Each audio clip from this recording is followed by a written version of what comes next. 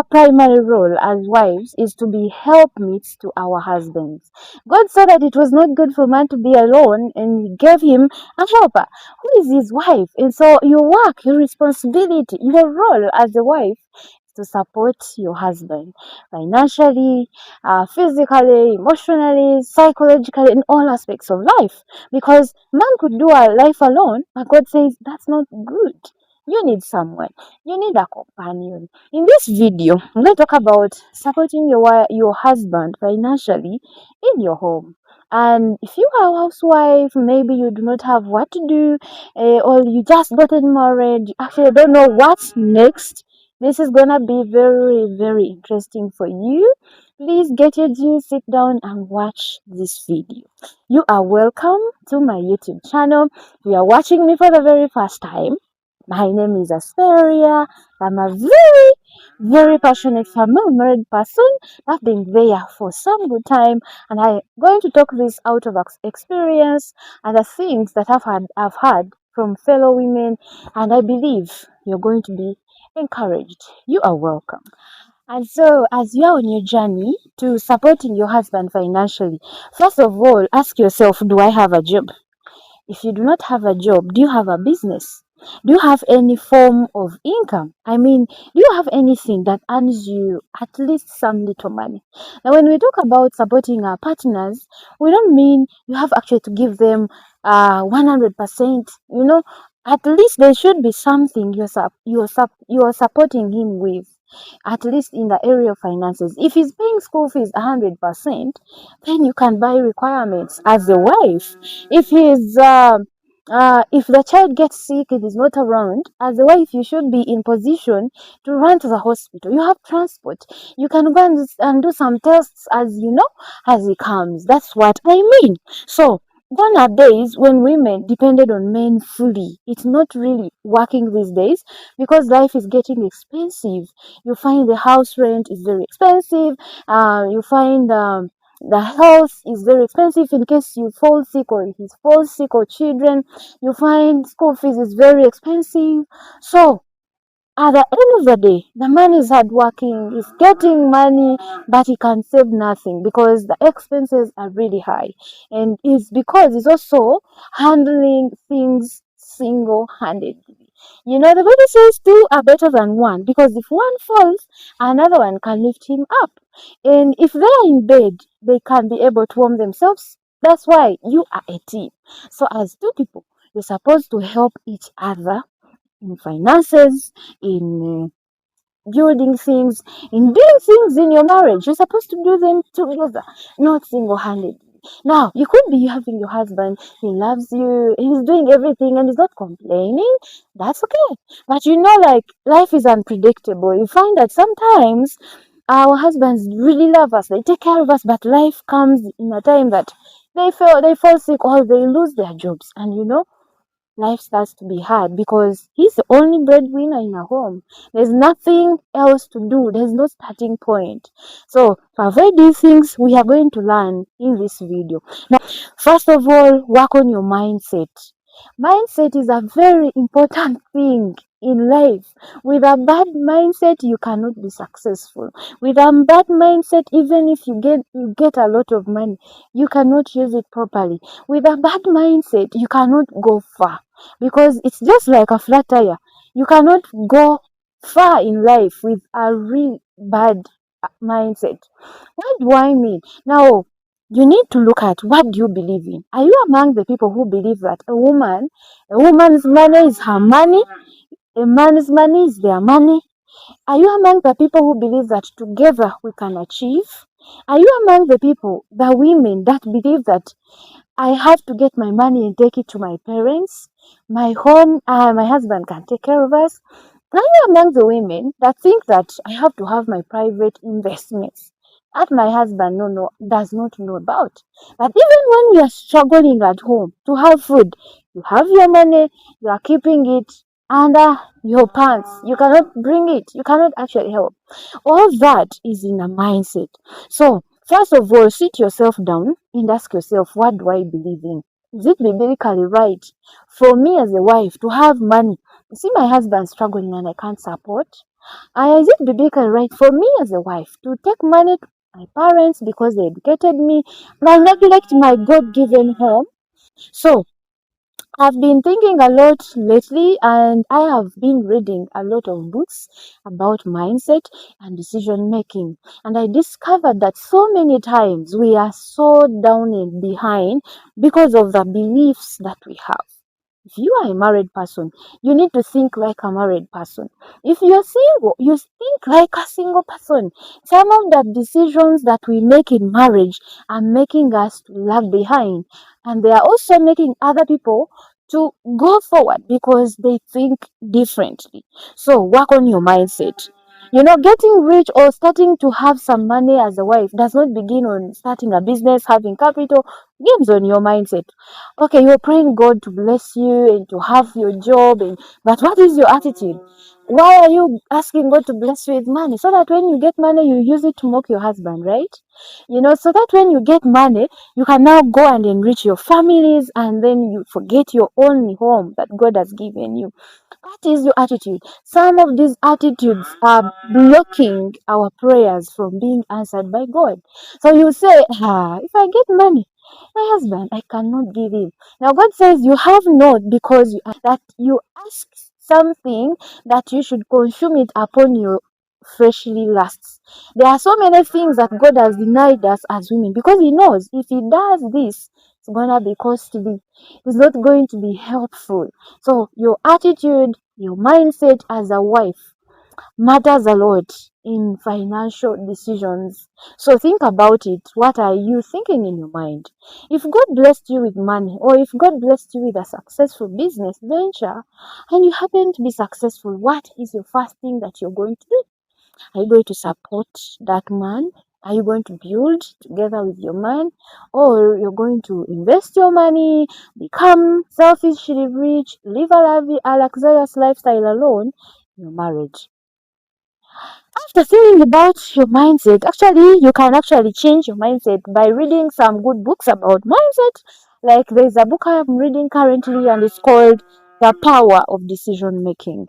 And it's going to change how you think about things if you look at it very well. And then another thing, you surround yourself. You surround yourself with successful people, who are in successful marriages, people who are in successful businesses, people who have a positive attitude towards life.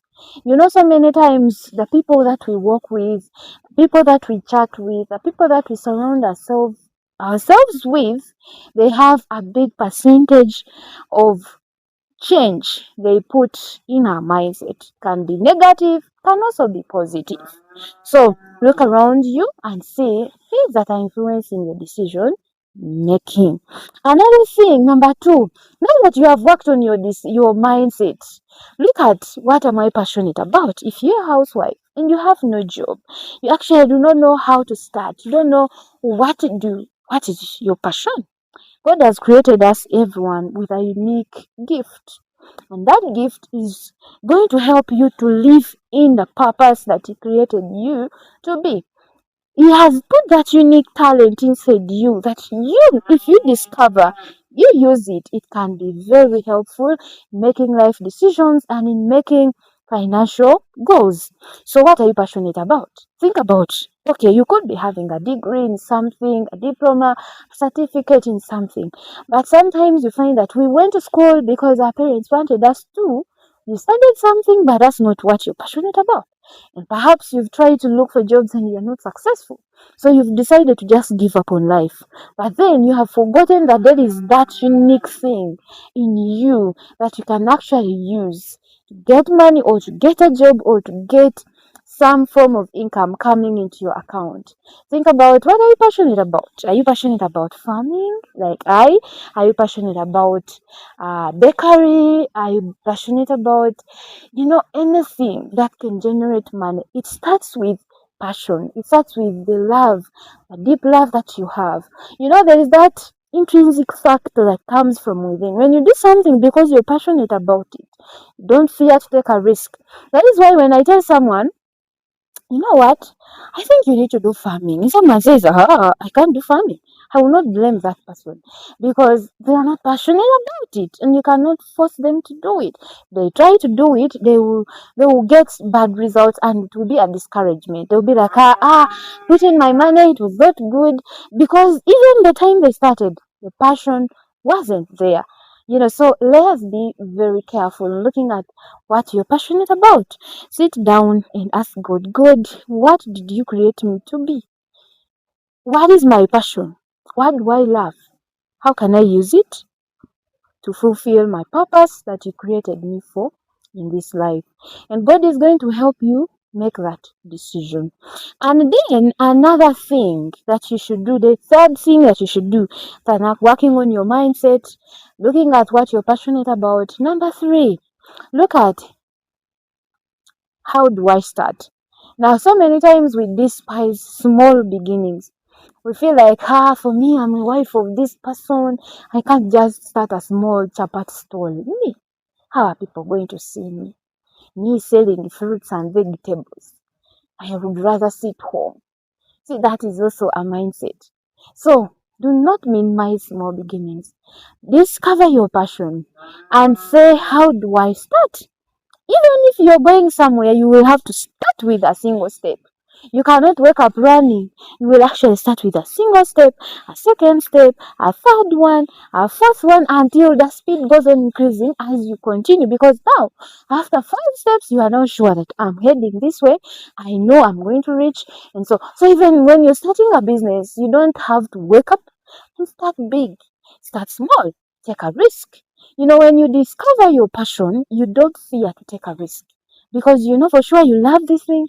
You're going to make it work. You're going to try, even if challenges are going to come your way.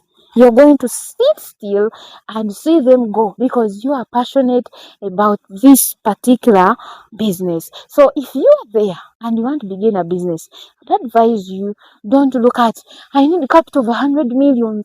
How do I get this money? Then you keep procrastinating, you keep waiting, you keep postponing, you produce a first bond, the second bond, the third bond, the fifth bond, when you actually still seated home doing nothing. And by the time you actually discover that I need to start working, I need to put things, you have grown, your back is aching, your children, you actually have nowhere to live at home, and things are getting. Now it is very important for us to use our bodies when they are still young and fresh, so that we can save for our future. So start small.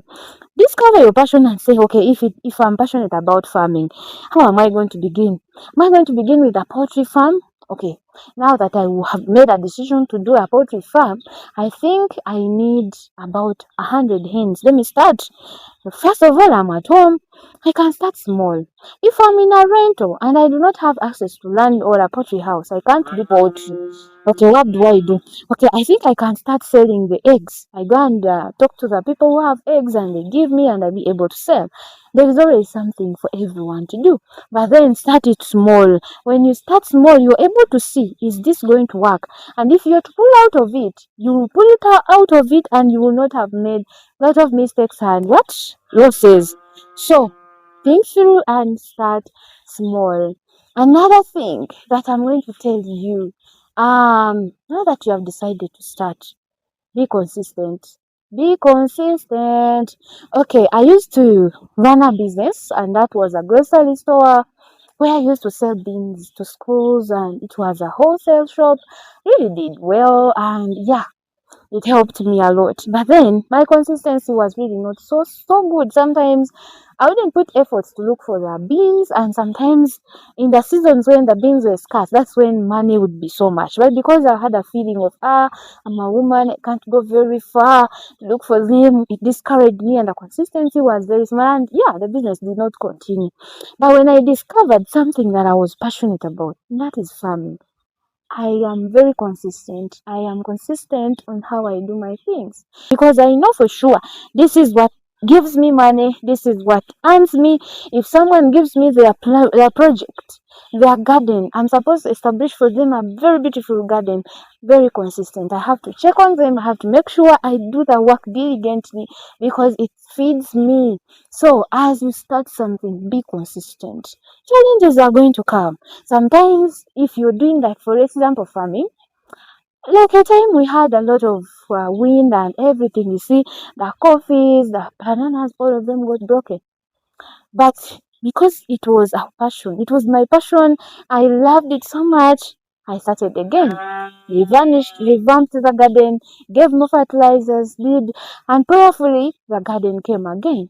So don't think that I'm now going to start this, it's going to be a bed of roses. No, it's not going to be a bed of roses. It's going to come with challenges, but then consistency is going to help you a lot. And there are so many things that I can add onto this video. Have a market, language, customer care. Okay, so many of us want to sell something, but then who is your client? Go out and network. Look for friends. You know, being a housewife comes with loneliness. You find you're all alone. You don't go anywhere. If your friends are your neighbors, you actually have no social network. So try as you try much as you can and find at least a group of people that you can associate with as your social network. Those very people are going to be your customers. They're going to introduce you to other people that you're going to sell your things. If you're doing braiding, you're doing hair, you're making cookies, you're making bread, you're making things, you're trying out to make something with your hands. Those are the people that are going to support you. So have customer language. Be a social person, respect everyone, and every time put your business out there. Don't just sit there and think, "Hey, evil eyes are there, so I'm going to cook my cookies and I'll keep quiet because I fear people, they have evil eyes." Of course, I'm not going to say evil eyes are not there. They are there, but as a business person, you don't have to focus on that. Focus on who is going to buy my product. Post your products. Let people see that you have that business. Because we are the people supposed to support you. If we view your statuses, your social media, we should be in position to see how do we help this person? How do we support them? You can't just keep things inside yourself and then you think that business is just going to grow like that. Post that coffee, post that business, post those eggs, post the chickens, post everything, and let people know that you're selling this thing and they are going to support you. Now, those days, people used to look for things one on one, word of mouth, but these days we have social media. And in social media, that's when we gather even more friends. You find even your long time hobbies on that. You make groups, you make WhatsApp groups, you make chats. In those groups, make sure they know you of who you are, they know what you sell, and they know how to support you. And even if you're a housewife, you can be able to generate some money and you support your family, you support your partner, you're able to dress up nicely, you're able to support your other family where you come from. Now, the family where you are building, the family that you're building with your husband is more important than the family where you came from, because this is you, this is your generation, this is going to be your legacy. If you leave a bad generation, it's going to be remembered that you and your husband had this generation. So be mindful of how you are building this family. Care for your children, care for your husband, and together you can raise a generation that fears God, that is hardworking, that believes in working together, and you can change the narrative. Come with part 2 of this video with a lot of ideas that have helped me as a person to move from one step to another. I am not yet there where I want to be, but at least I am not where I used to be. And together we can move out of that shell and we start making money as wives. Thank you so much for listening, for watching. I believe you found something very helpful. God bless you.